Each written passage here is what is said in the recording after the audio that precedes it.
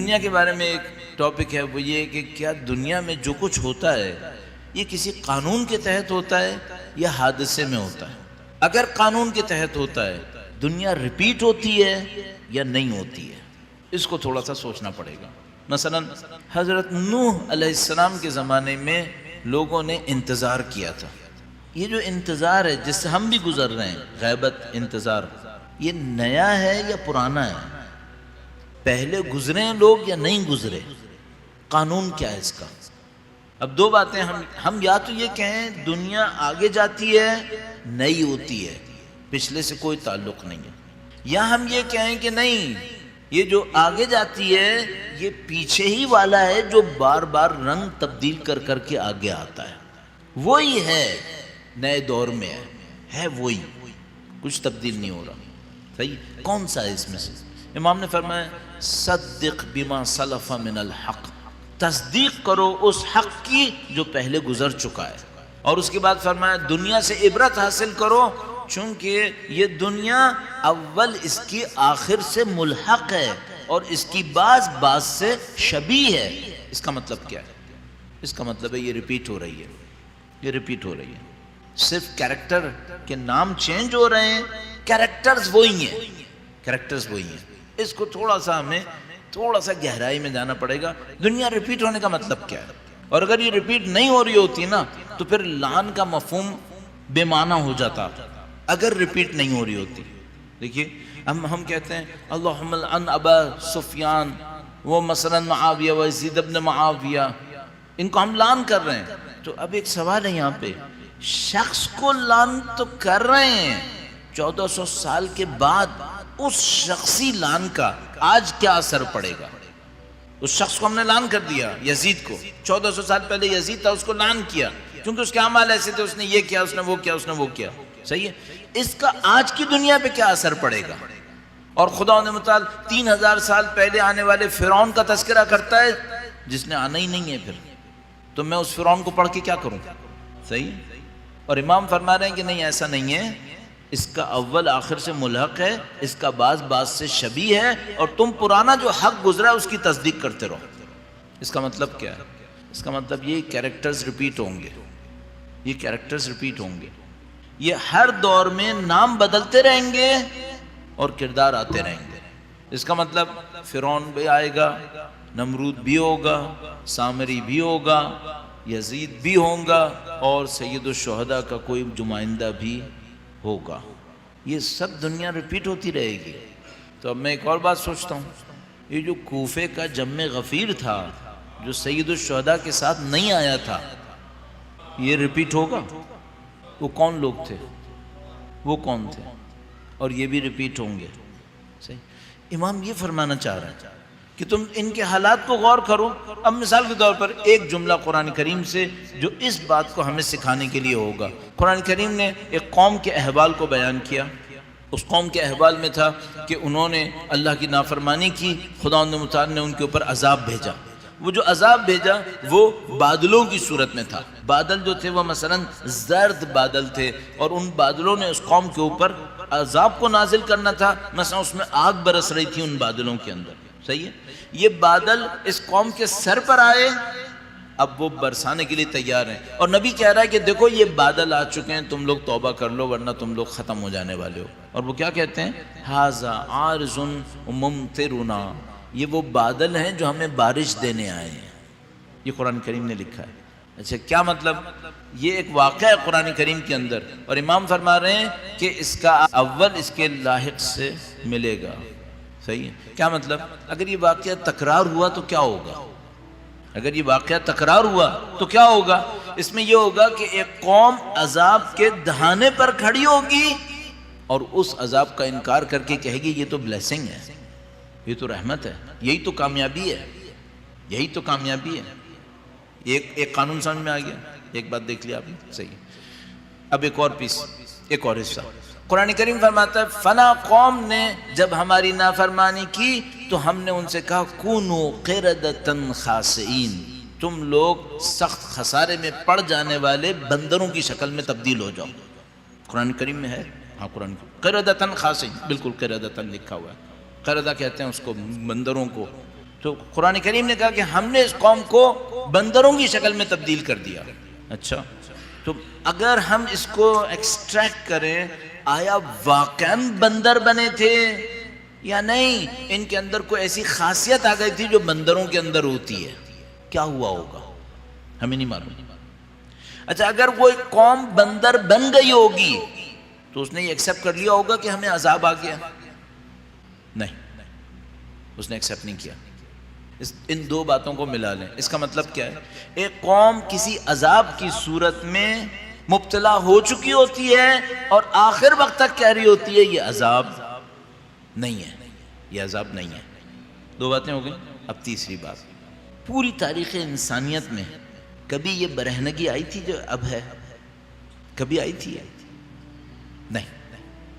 یہ تمدن ہے، یہ تہذیب ہے. عذاب نہیں ہے تو اور کیا ہے یہ؟ اس کو مانیں گے کہ یہ عذاب ہے؟ نہیں مانیں گے. اب آپ پر اور مجھ پر ہے کہ ہم عقل سے کام لیں گے یا نہیں لیں گے. ان کے تمدن کے دعووں پہ چلیں گے یا اپنے دین کے حکم کے اوپر باقی رہیں گے. یہ تو میں نے ایسی مثال دی جو ہم لوگ جو یہاں پر موجود ہیں، ظاہر ہے ہم لوگ فلٹرڈ ہیں، ہم لوگ دیندار لوگ جو یہاں پہ موجود ہیں. یہاں پہ وہ لوگ ہیں ہی نہیں جو فحشا کے حامی ہوں گے، وہ یہاں پہ نہیں ہوں گے. اور اگر ہیں تو میں کہوں گا آپ خوش قسمت ہو کہ آپ نے سن لیا، آئندہ سے حمایت بند کر دینا. فسق و فجور و فحشا کی حمایت مت کرو. یہ معذب قوموں کی نشانی ہے کہ وہ اپنے لباس اتار کے پھرتے ہیں. یہ قردتن ہوتے ہیں، یہ وہ بندروں کی اولاد بن جاتے ہیں. پھر کیوں انسانیت اپنے آپ کو جانوروں کی شکل میں تبدیل کر رہی ہے؟ خدا نے انسان کو انسان بنایا تھا. خدا نے متعال فرماتا ہے کہ ہم نے ان کو سطر کے ساتھ بھیجا تھا، اور جب انہوں نے اس درخت سے لیا تو ان کی سطر جو ہے وہ بربلا ہو گئی، اور وہ تفقا یخصفان علیہما من ورق الجنہ، اور وہ اپنے مستور کو چھپانے لگے جنت کے پتوں سے. اگر کوئی گناہ کے اندر آگے بڑھتا ہے تو اس کی سطر آشکار ہو جاتی ہے. یہ کہاں پہنچ گئے یہ لوگ؟ اور یہ مانیں گے کہ ان کے اوپر یہ مشکل آ گئی ہے؟ نہیں. آخر وقت تک اس کو تمدن کہیں گے. جیسے وہ قوم کہہ رہی تھی عارض ممطرنا، یہ وہ بادل ہے جو ہمیں بارش برسانے آئے. تو یہ کہہ رہے ہیں ہم لوگ تو ایڈوانس ہو گئے. کبھی یہ ہم جنس پرستی آئی تھی دنیا میں ایسی؟ اور اب یہ سٹینڈرڈ ہے. اگر آپ ان سرویز کو دیکھیں جو سروے کرتے ہیں تو قوموں کے بارے میں جب سٹینڈرڈز دیتے ہیں تو ان میں سے ایک سٹینڈرڈ یہ دیتے ہیں کہ اس میں ہم جنس پرستی الاؤڈ ہے یا نہیں ہے. اس کے قانون میں اس کی گنجائش بنی یا نہیں بنی. نہیں بنی تو اس کو رینکنگ میں ڈاؤن کر دیتے ہیں کہ نہیں یہ بہت بیکورڈ ہے ابھی. تو یہ کیا ہے؟ 70 سال پہلے کیوں نہیں ہوا تھا یہ وہ چیزیں جو ہمیں دیکھنی پڑے گی. اب مشکل ہم لوگوں کے ساتھ کیا ہو رہی ہے، ہم بھی اس کو اتنا برا نہیں دیکھ پا رہے. ہم بھی اس کو اتنا برا نہیں دیکھ پا رہے. کیوں؟ ہم بھی بالآخر یہیں رہ رہے ہیں نا. تو اس نے ہم پر بھی اثر ڈالا ہے. اور یہ تو آپ ابھی ہیں تو جو پاکستان جیسے سو کالڈ بیکورڈ کنٹری میں رہ رہے ہیں، اگر آپ ابھی کینیڈا امریکہ میں رہ رہے ہوتے تو میرا یہ تقریر اس طرح کرنا یہ جرم بن جاتا. یہ جرم بن جاتا. اب آپ بتائیں ہم لوگ ہیں کہاں؟ ہم کس دنیا میں رہ رہے ہیں؟ اب یہاں پہ بس ایک پوائنٹ اور عرض کروں گا. یہ دنیا جو اپنی پستی میں یہاں تک آئی ہے، یہ دنیا ہم سے سازگار رہے گی؟ یہ دنیا ہم سے اچھی رہے گی؟ اچھی رہے تو ڈرنا شروع کر دیں کہ یہ اتنی بدبخت اس اعتبار سے یہ ہم سے کیسے بنے گی. اور پھر ایک جملہ میرے دماغ میں اور آتا ہے، وہ یہ کہ جو دنیا اس قابل نہ رہی کہ حجت خدا اس میں رہے، ہم سے سازگار نہیں رہے گی. ہم سے سازگار نہیں رہے گی. تو ہمیں اس دنیا میں ٹف ٹائم اٹھانا پڑے گا، یہ تو کنفرم ہے. اصولاً بھی کہ دنیا بنی تھی لَنَبْلُوَنَّكُمْ بِشَيْءٍ مِّنَ الْخَوْفِ کے لیے، اصولاً بھی اور قاعدتاً اس اعتبار سے کہ جو اتنی گمراہ ہو گئی ہے کہ جو تاریخ انسانیت میں کبھی گمراہی نہیں آئی تھی یہ اس کے اوپر آئی ہے. اصول کے حساب سے اس نے آخر وقت تک نہیں ماننا کہ یہ گمراہی میں ہے. اصولاً امتحان دنیا کی طبیعت کے اندر ہے اور زوال کا یہ عالم ہے، اور دوسری طرف سے امام کی غیبت کہ اگر یہ آخری ایام ہو. یہ تینوں اسباب یہ بتا رہے ہیں یہ دنیا سازگار نہیں بنے گی ہمارے ساتھ. یہ ہمیں ٹف ٹائم دے گی. اب صرف ہمارے ساتھ ایک مشکل ہے، ہم میں سے کون ہوگا جو اس ٹف ٹائم کو اٹھانے پہ تیار ہوگا. بڑی عجیب ایک روایت ہے. تو اجمال اس کا یہ تھا کہ آخری دور میں جو ایمان پہ رہے گا وہ بیوقوف کہلائے گا. تم میں سے کون ہے جو صبر کرے گا کہ بے وقوف کہلائے؟ کون ہے جو صبر کرے گا؟ اب یہ مشکل ہے. تو ہم ایک ایسی جگہ پر آ گئے ہیں۔ عبرت اس بات کی ہے کہ بھائی یہ ریئلائز کر لو کہ یہ ہے، اس کو ریئلائز کر لو، کیونکہ اگر آپ نے یہ ریئلائز نہیں کیا نا تو آپ اور میں وہی حرکت کریں گے، کیا کہ دنیا کو بھی لے کے چلو، آخرت کو بھی لے کے چلو۔ اس اسٹیج میں مشکل لگ رہا ہے کہ یہ دونوں چل پائیں گے۔ اس اسٹیج میں مجھے نہیں لگ پاتا، مجھے سمجھ میں ایسے آ رہا ہے یہ دونوں نہیں چلیں گے، ان میں سے کسی ایک کو قربان کر دینا پڑے گا، کم از کم کچھ نہ کچھ قربانی تو دینی پڑے گی۔ بس اگر ایک بچہ مجھ سے کہے کہ مجھے ہر لحاظ سے اپنا کیریئر بنانا ہے بس، اور دین بھی لے کے چلنا ہے اور دنیا میں کیریئر بنانا ہے، تو میں اسے کہوں گا بیٹا یہ دونوں چیزیں فی الحال شاید جمع نہیں ہو پائیں گی، تمہیں کچھ نہ کچھ قربانی دینی پڑے گی۔ ہاں میں یہ نہیں کہہ رہا کہ تم دنیا سے قربانیاں دیتے چلے جاؤ گے، غریب درماندہ ہو جاؤ گے، سب کچھ ہو جاؤ گے، لیکن اس کی جگہ میں کہوں گا ایک اور چیز ہو جاؤ گے۔ وہ کیا؟ شاید فقیر ہو جاؤ لیکن تمہیں غربت تنگ نہیں کرے گی، یہ مجھے سمجھ میں آتا ہے۔ شاید تم، میں اس کا دعویٰ نہیں کر پاؤں گا، دعوے نہیں کر رہا ہوں، صرف ریفلیکٹ کر رہا ہوں، میں دعویٰ کروں گا مشکل میں پھنس جاؤں گا۔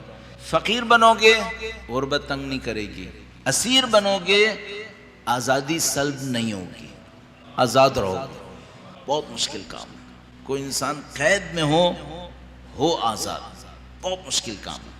لیکن اگر کوئی دین پہ چلے گا تو یہ ہوگا، تو ہوگا فقیر دیکھنے میں، اندر سے غنی ہوگا۔ کس کی طرح؟ ابو ذر غفاری کی طرح۔ فقیر دیکھنے میں، اندر سے غنی، دیکھنے میں قیدی، اندر سے آزاد۔ یہ دین یہ کر دیتا ہے، لیکن یہ کب ہوگا؟ جب دین ہمارے ظاہر سے اور عمل سے دونوں سے سرایت کر کے تصدیق پہ پہنچے گا۔